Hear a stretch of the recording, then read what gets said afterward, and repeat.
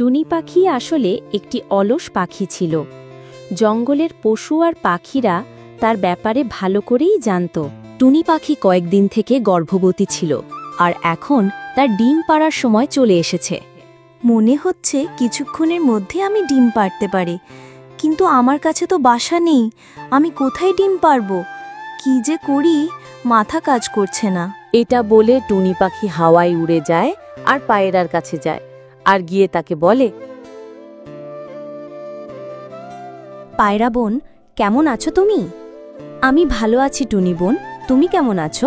আর কি মনে করে আমার এখানে এলে বলো? আসলে পায়রা বোন, আমি না গর্ভবতী, আর কিছুক্ষণের মধ্যে ডিম পাড়তে পারি, কিন্তু সমস্যাটা হলো আমার কাছে বাসা নেই। আর তাই যদি তুমি তোমার বাসায় আমাকে ডিম পাড়তে দাও তাহলে অনেক উপকার হয়। না না টুনি বোন, আমি এটা পারবো না, কারণ আমি তো গর্ভবতী। আমি কয়েকদিনের মধ্যেই ডিম পাড়তে পারি, আর তুমি তো দেখছো আমার বাসা কত ছোট। এই ছোট বাসায় তোমাকে কিভাবে ডিম পাড়তে দিই বলো না? না, আমি পারবো না, আমাকে তুমি ক্ষমা করো টুনি বোন। পায়রার কথা শুনে টুনির মন অনেক খারাপ হয়ে যায়, আর সে মন খারাপ করে সেখান থেকে চলে যায়। এইভাবে কিছুক্ষণ ওড়ার পর টুনি পাখি মিমি কাকির কাছে যায় আর গিয়ে তাকে বলে, মিমি বোন, তোমাকে একটা কথা বলবো? হ্যাঁ টুনি বোন, কি হয়েছে বল। আসলে মিমি বোন, আমি গর্ভবতী আর যে কোনো সময় ডিম পাড়তে পারি, কিন্তু সমস্যাটা হলো আমার কাছে বাসা নেই। আর তাই তুমি কি তোমার বাসায় আমাকে ডিম পাড়তে দেবে? না না টুনি বোন, আমাকে ক্ষমা করো, আমি এটা পারবো না। কেন মিমি বোন, আমাকে ডিম পাড়তে দিলে কি এমন হবে? তোমার বাসা তো অনেক বড়, তুমি বিশ্বাস করো, ডিম থেকে বাচ্চা হলে আমি এখান থেকে চলে যাব। হ্যাঁ, আমার বাসাটি বড়, কিন্তু এর কারণ আছে, কারণ আমি এখানে আমার স্বামীর সঙ্গে থাকি, আর তাই তো বাসাটি বড়। আর তোমাকে যদি আমি এখানে ডিম পাড়তে দেই তাহলে হয়তো আমার স্বামী রাগ করবে আর আমাকে গালাগালি করবে, আর তাই আমি তোমাকে এখানে ডিম পাড়তে দিতে পারি না। আমাকে তুমি ক্ষমা করো টুনি বোন, আমি এটা পারবো না। ঠিক আছে মিমি বোন, তুমি যখন পারবে না তখন কি আর করব? এটা বলে টুনি পাখি মন খারাপ করে সেখান থেকে চলে যায়, আরেকটি ডালে গিয়ে বসে। আর ঠিক তখন টুনি পাখির নজর গেল পেঁচা আর তার বাসার দিকে। পেঁচা বোন, আমি তোমার কাছে একটি সাহায্য চাই, তুমি কি আমাকে সাহায্য করবে? আরে টুনি পাখি যে, আগে বলো কি সাহায্য দরকার, তারপরে তো ভাববো সাহায্য করব না। আসলে পেঁচা বোন, আমি গর্ভবতী আর কিছুক্ষণের মধ্যে ডিম পাড়তে পারি, কিন্তু সমস্যা হলো আমার কাছে বাসা নেই। আর তাই যদি তুমি তোমার বাসায় ডিম পাড়তে দাও তাহলে অনেক ভালো হয়, আর তোমার কাছে আমার ডিম অনেক সুরক্ষিত থাকবে।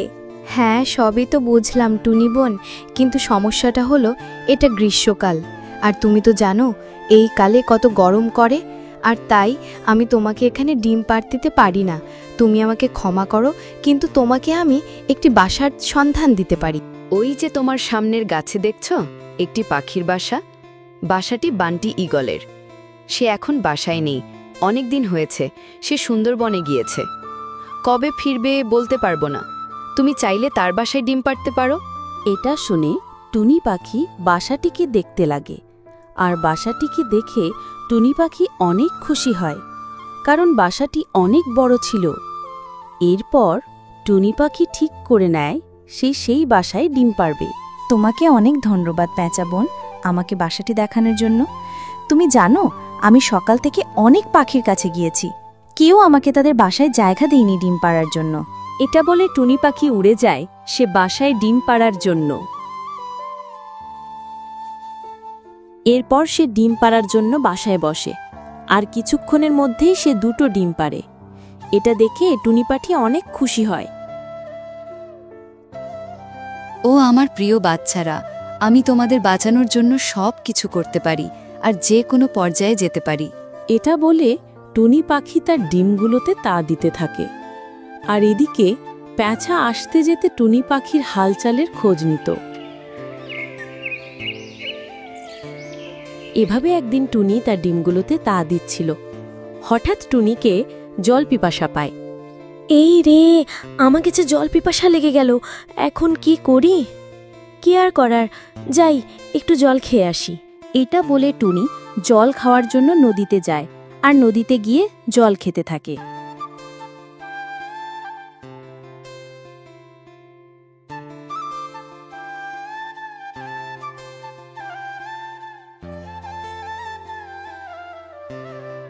হ্যাঁ, এখন একটু জল খেয়ে ভালো লাগছে, যাই এবার আমার বাসায় ফিরে যায়। এটা বলে টুনি তার বাসার দিকে আসতে থাকে। আর টুনি তার বাসার কাছে এসে দেখে তার বাসার সামনে আর তার ডিমগুলোর সামনে একটি ঈগল বসে আছে। এটা দেখে টুনি অনেক ভয় পেয়ে যায় আর গিয়ে ঈগলকে বলে, দয়া করো ঈগল দাদা, আমার ডিমগুলোকে কিছু করো না। তোমার ডিম মানেটা কি? কি এসব বলছো আজে বাজে? এগুলো তো আমার ডিম। এটা শুনেই টুনি পাখি চেঁচামেচি করতে থাকে, না ঈগল দাদা, এগুলো তো আমার ডিম। তুমি যখন বাসায় ছিলে না, তখন আমি তোমার বাসায় ডিম পেড়েছিলাম। টুনির চেঁচামেচি শুনে জঙ্গলের আরও পাখিরা সেখানে আসে আর সে বলে, কি হয়েছে টুনি, চেঁচামেচি করছো কেন? কি হয়েছে? তখন টুনি তাদের ঘটনার কথা বলে। এটা শুনে ঈগল বলে, একদম না, আমি যখন বাইরে গিয়েছিলাম তখন ডিমগুলো রেখে গিয়েছিলাম, আর এই ডিমগুলো আমার। ঈগলের কথা শুনে সবাই বুঝতে পারে ঈগল মিথ্যে কথা বলছে, কিন্তু ঈগলের সামনে কে মুখ খুলবে?